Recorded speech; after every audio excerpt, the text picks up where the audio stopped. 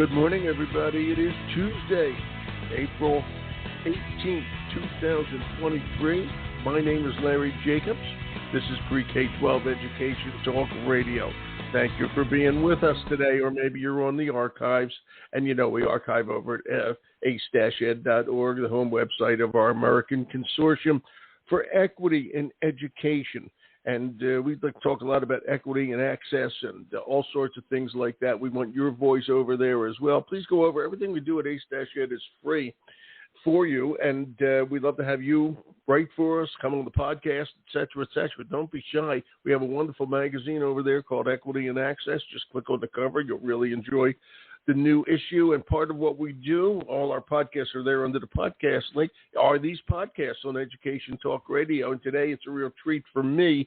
We're going to do a subject called Taking a Broader View of Essential Early Literacy Instruction. And to do that with me, is Dr. Molly Ness, our good friend, who's the VP of Academic Content at Learning Ally. All right. And this I love, and this is so important for everybody listening, and because most people in the industry are former classroom teachers. And that's very key for people to remember. The industry loves to have former teachers and administrators come in and work. All right. She is a reading researcher. She's a teacher educator. She began the End Book Deserts podcast, and she has the End Book Deserts initiative that she works as well. She is also the founder of the Coalition for Literacy Equity, speaking of equity, and she serves on the board of directors for the International Literacy Association. She is a dynamo, and I don't know how she found time to be with us today, but Molly Les somehow did, and here she is. How was that for an introduction, Molly? Well, I always have time to speak with you. Thank you. And I always make time to have you here on the show because I think you're a wonderful guest and you bring so much to the audience. Where are you today? I am in New York, where spring has finally sprung. I know you'll be coming up to Maine soon, where you spend part of the year. And spring has not quite sprung yet, but big news, all the snow was finally off the lawn. Not a drop left. I actually always love that Maine is kind of like a month behind, because when I finally do come up, then it's like I get spring twice. So it's a treat. You do. Actually, that's a very good way to put it. Okay? But the problem is you lose sometimes. We get autumn and winter a little bit earlier. So it kind of evens out in the end, Molly. So what can I tell you? Pleasure to have you here today. Before we start on this subject, which is a good view of essential early literacy education, and this actually just jigsaws right in. Can you tell us about where you work as the VP of Academic Content over at Learning Ally? Okay, and that's learningally.org. Okay, and they work every day to solve the literacy challenges out there. I'll just say this right off their website, learningally.org, transforming the lives of early and struggling learners. Molly, you're on. Take it from there.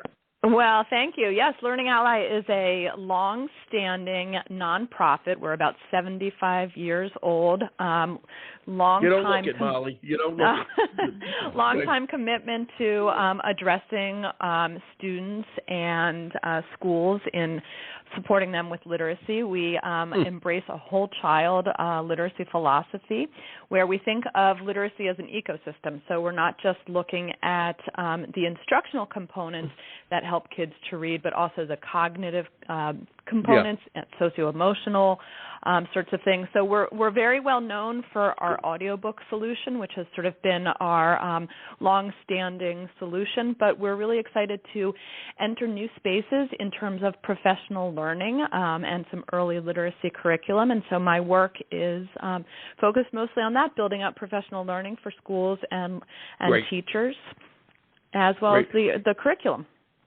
And, I got to tell you, the professional learning side, that is, I believe, more important than ever these days. As you know, there is a teacher retention challenge out there. All right. Sure. And a lot of teachers are leaving the profession. All right. For a million different reasons. We're not going to get into that today. But one of the reasons they're leaving, well, here I go getting into it, but one of the reasons they're leaving, stupid way to introduce that, one of the reasons they're leaving is because they feel frustrated. The kids, the audience is changing.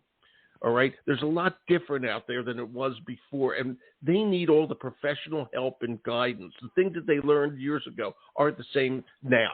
Okay. They need all the professional guidance. So whenever a school district hooks up with a company, and I hope they do check out Learning Ally, that professional development part of it makes all the difference in the world. It has to be ongoing. There's my speech for today. Well, and absolutely. And it also has to be from sources that you can trust. In other words, there's so much information out there for schools and leaders, and we know that busy folks in schools don't have the time to weed through what's supported by science, what's best practices. So our professional learning is really committed to taking current high-quality research and bridging the gap between research and actual practice. So everything we do is backed by research, but really is applicable to what are you going to do tomorrow in your classroom for your fourth graders? How are you going to put this in place next week? As well as really bringing in some expert voices. So we're really excited to be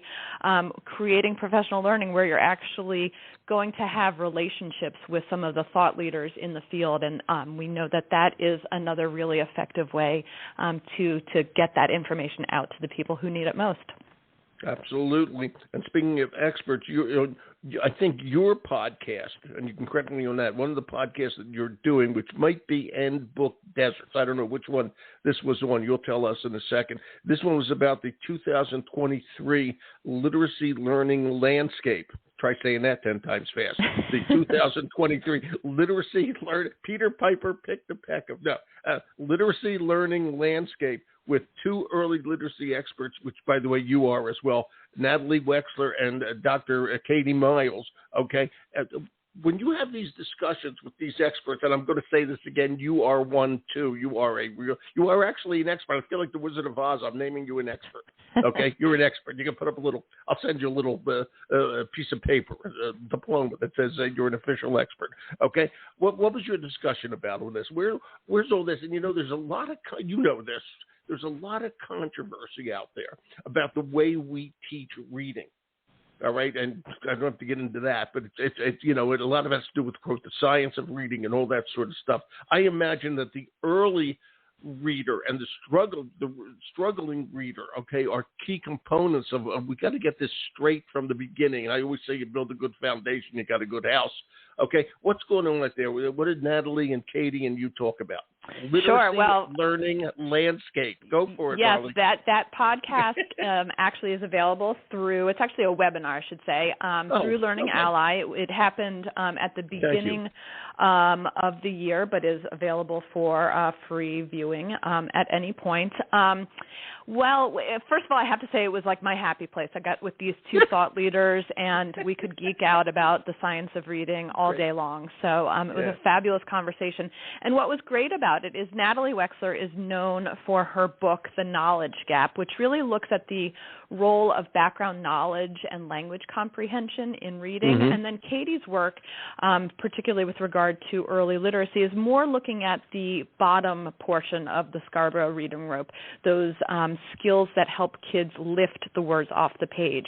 So you bring people in, one who's really focused on language comprehension and one who's really focused on word recognition and decoding, and you sort of have all of the key components in place to have rich conversations about learning and about learning to read. So we talked about the importance of culturally relevant text. We talked about how to use recovery funds to address COVID learning losses. We talked at quite some length about the notion that all real progress is made when we create school-wide communities where every teacher is a teacher of reading. And then we, of course, talked about the science of reading and brain-based reading instruction. Yeah, I got to tell you, I was a history teacher, and I knew nothing about teaching reading, and I knew nothing about understanding how people read and all that. So I never understood nothing. Okay, it was never taught to me in college, etc. And what you just said struck a chord, because every teacher has to be a reading teacher. And I know Learning Ally is a specialist in struggling readers and early learning readers. Okay, but I taught middle school social studies, and I just assumed all the kids could read fine, and believe me, they could not. Okay, and a lot of them were having trouble in history, okay, and social studies when I was teaching, and I never knew why, really, okay, because this was never taught way back then. And it's important for people to understand this now, and it's important for education schools to understand this, that what you said makes perfect sense. Every teacher has to be aware, can these kids read, which brings me to the NAEP scores, okay, which kind of showed us that most kids are having trouble reading. Okay, so I'm going to ask you a simple question, and you have to answer it in 3 minutes. Okay, where did we go wrong? Where did we go wrong? Go ahead, do that one. Yeah. So where did we go wrong? 3 minutes or less. Well, first of all, you're an expert. This is true. Yeah, go ahead. Wait, I got to say this.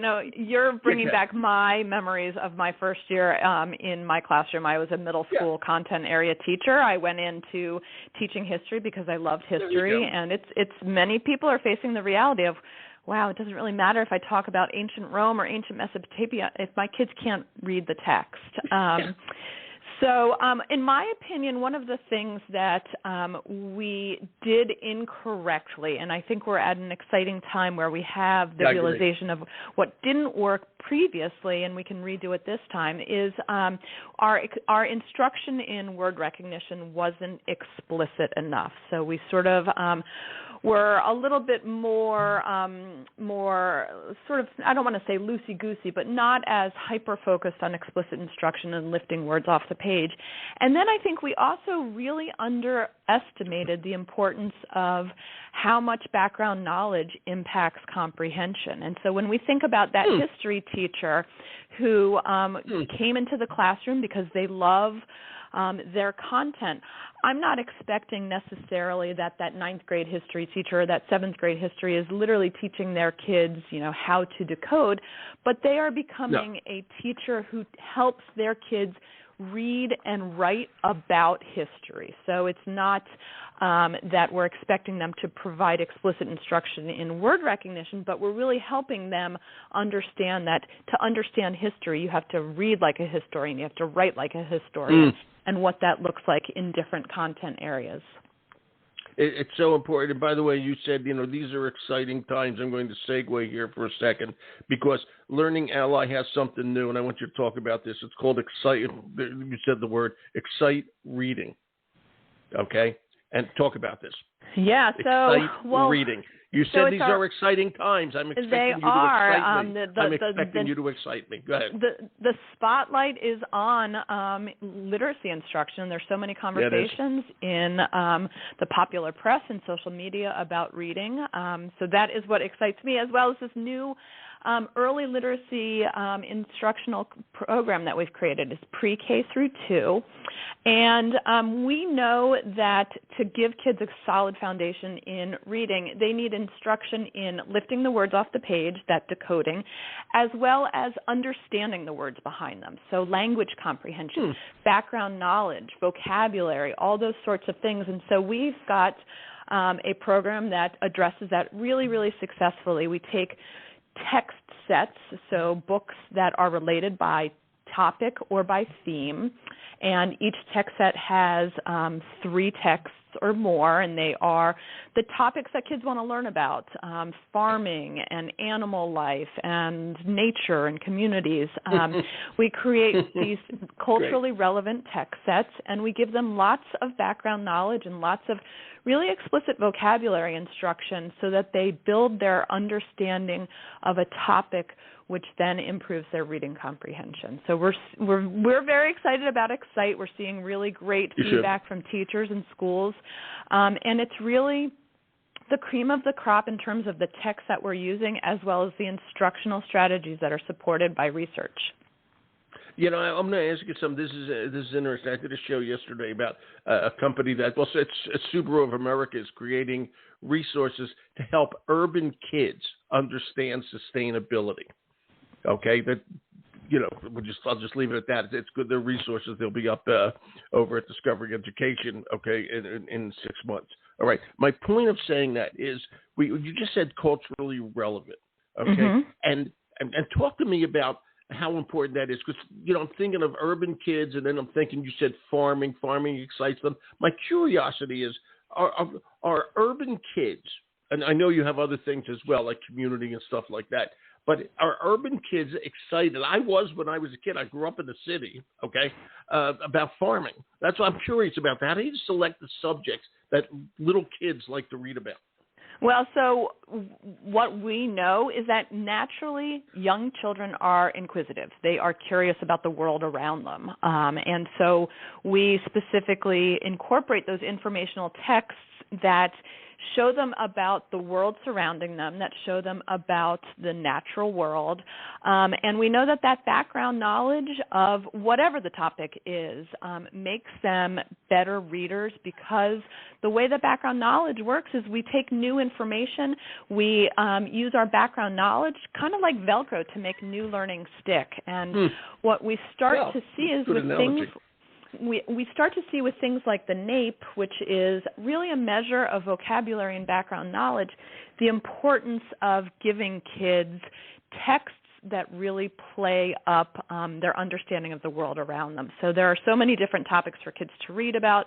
We do it in ways that the texts reflect their lives, their communities, their backgrounds, and in ways that support their vocabulary as well as their understanding about the texts. Yeah, and, I'm not talking about reading, but as I was asking that question, I grew up in the city, okay, and my kids grew up in the city in Chicago in their case, but we always bought them toys like the Farmer Says, okay, where you pull the string and it makes a moo sound, and that's and I'm thinking that had absolutely nothing to do with my kids' life. They weren't going to see a cow for a long time or a chicken, or anything like that. But kids do relate to this stuff. It's really interesting. Okay? They do. And they also, we hold them responsible for knowledge that they may not have firsthand experience in because of their everyday life. So we take that kid who is living in an urban area and doesn't necessarily have the resources to go out and visit the farm with their family or caregivers. But down the road, we ask them standardized tests, questions, which may pull upon background knowledge that they don't have firsthand experience of. So how do they get that knowledge, that exposure? It's through texts. And so that's why it's so important, even if kids are not necessarily saying, I want to read everything about farms, that we give them wide exposure to all of those things, because at some point they're going to encounter it either in testing or their instructional materials, and we have to have built that background knowledge foundation for them to serve as a real scaffold for them. Yeah, and it's amazing. There's a lot of layers to this onion, because they absorb this stuff like a sponge. Okay, they don't see cows. Okay, I didn't see cows when I was a kid. I grew up in West Philadelphia. Okay, I was going to say a cow or a chicken. Okay, or a pig. But for some reason, you absorb this stuff. Okay, that's fascinating, and I love the fact that it is culturally relevant, not only to your local community but to your world community. I just find it fascinating. You always bring the stuff up, Molly. I think it's just great stuff. So the Excite reading is for pre-K 3. All right, I love this thing, and it's the essential skills. All right, now I want to ask you something, and I have this note from you. Okay, you refer to early reading instruction, and I love this, as a symphony. I love this, of essential reading components that have to be taught simultaneously to ensure all the children become successful readers. Talk about that. That's fascinating to me. And again, I'm like a blank sponge here, a blank slate, a tabula rosa. I don't tabula blanca, whatever it is. Okay. What is that, Molly? When you're a blank slate, Rousseau. Well, so I will encourage listeners, if they haven't already, to Google Hollis Scarborough's Reading Rope, which is really a depiction of this symphony of multifaceted components that go into reading instruction. Like what? So we know that kids need phonics. They need decoding, which is the ability to lift words off the page. They also need strong capacity to put words on the page or spell them, which we often call encoding.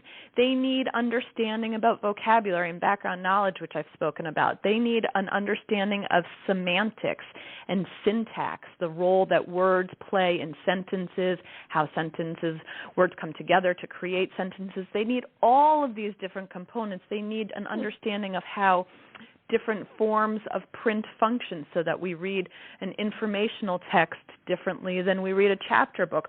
All of these components come together to give the foundation of early literacy, and it's not a hierarchy of skills. So we don't just say kindergarten and first grade are all about decoding. We really have to teach all of these components simultaneously so that kids they lift off into early reading stages, and then that serves as the foundation for lifelong reading. To me, it's fascinating, and I think I've said this to you before. I find the teaching of reading to be magical. I'm taking kids who don't know how to. They're just scribbles on a page, okay, just marks on the page, and somehow they become words with meaning. I don't know how a teacher does that. Okay, I was never taught that. All right, and to me, it's absolutely fascinating, and to bring all of that together. All right, and make that actually happen, this symphony, so to speak. I mean, it's hard to write a symphony. Okay, not many people can do it, but we ask pre-K and elementary teachers to do that every day. All right, and that's why they need like the kind of help that Learning Ally and you give them. It's just so darn important. It's just crazy. I have to ask you something. You told me this today. I didn't know that you were a social studies middle school teacher, and now you are an expert. Okay, here you go again. You're an expert, Molly, in reading. How'd you make that transition? That's an unusual transition. Well, I'm going to force my teenage daughter to listen to you call me an expert, because she doesn't think I'm an expert in anything. What's her name? Her name is Callie. She is, definitely entered. Mom's an expert. She has definitely entered the developmental phase where everything I do and say is stupid or, merits an eye roll. So, so I went into the classroom thinking this was kind of a stopping point before I went to law school. I thought I was going to be a lawyer, went into the classroom and recognized that public education and really literacy were the social justice cause that I cared most about, the issues of equity that really kept me up at night.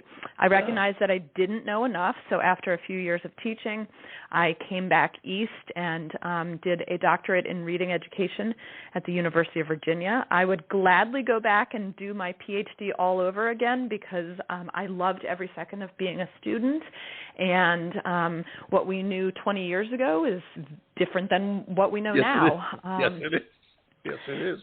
And then I really felt like my skill set was taking research and translating it into people who had those classroom experiences like you and I had where we just needed more. We didn't know how to do it. So I spent almost 2 decades as a university professor and teacher educator in New York City at a graduate school of education before I moved on to my work at Learning Ally.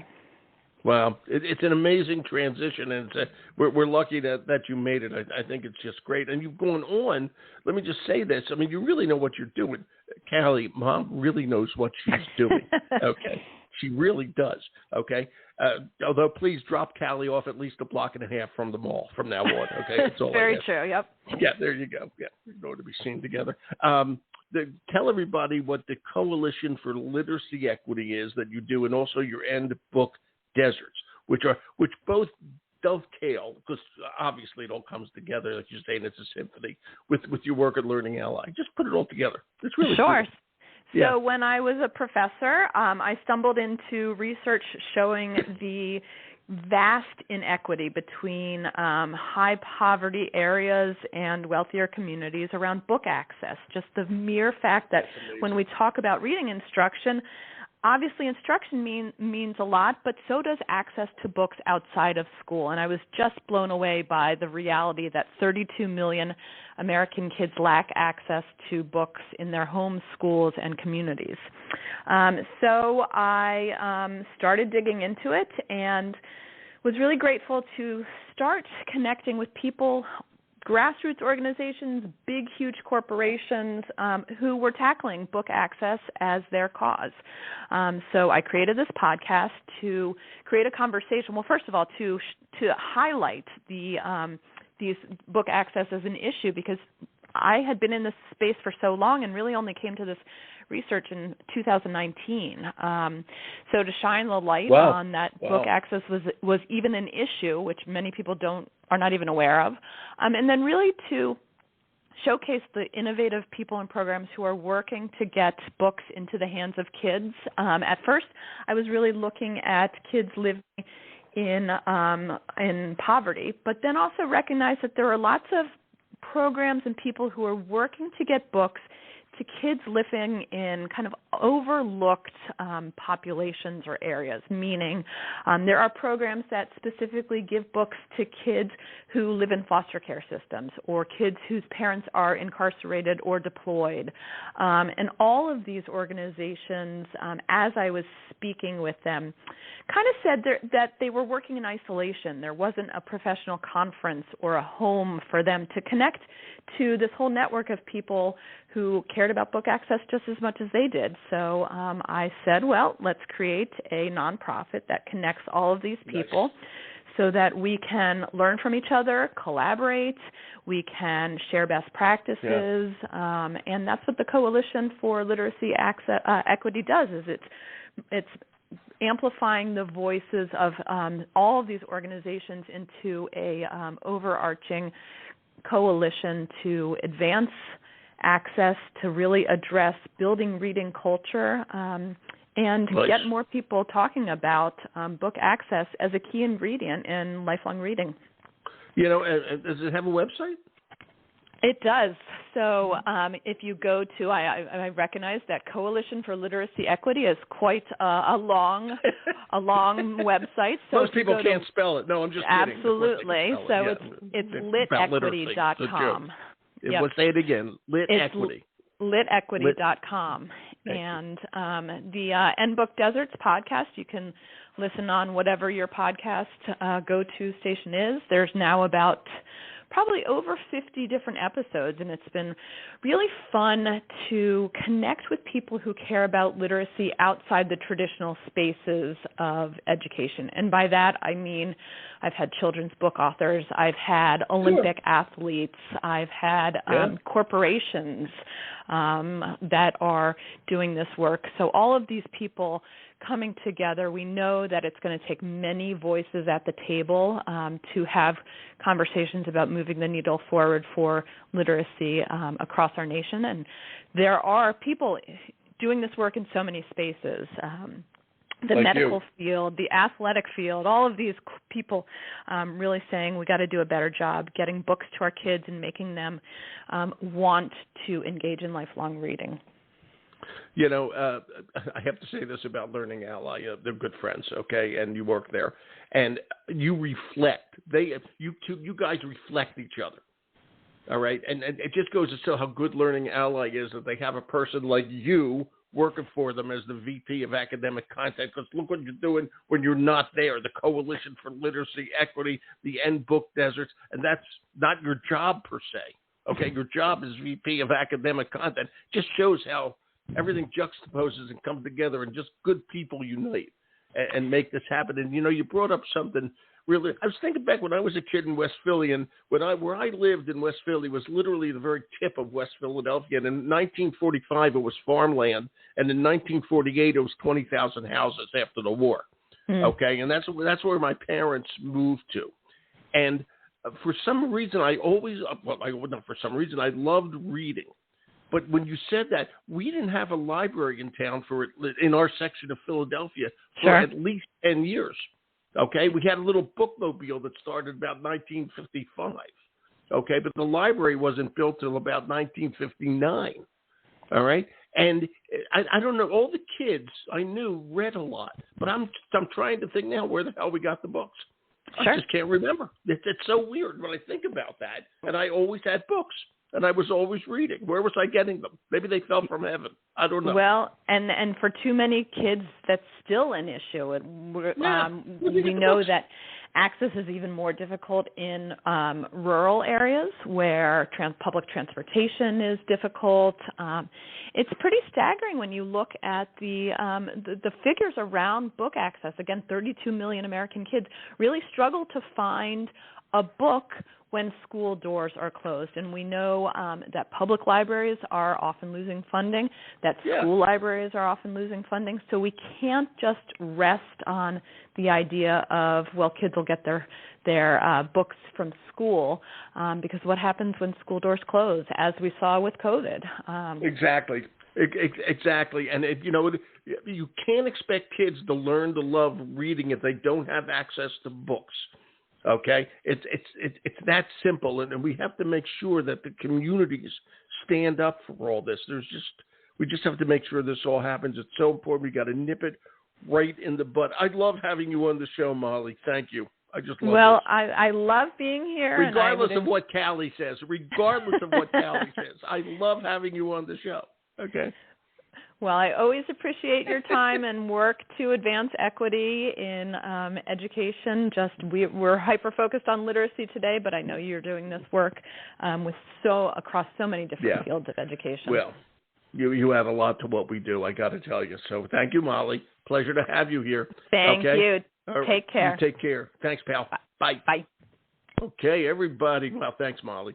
She is the best. Okay, that's Dr. Molly Ness. That rhymes. Molly Ness is the best. Okay, she's VP of Academic Content at Learning Ally, learningally.org. They do a lot of great stuff, pre-K-3. Okay, and she also does the End Book Deserts and the Coalition for Literacy Equity. This is all great stuff. Okay, and I said, Molly reflects the goodness of what Learning Ally does. They're just really great, resourceful people, things, whatever, just good stuff out there. A lot of good stuff out there, I got to tell you. All right, we're going to archive the show over at ace-ed.org. Everything we do over there is free. See what we do, all about equity. I'm Larry Jacobs. Thanks for listening.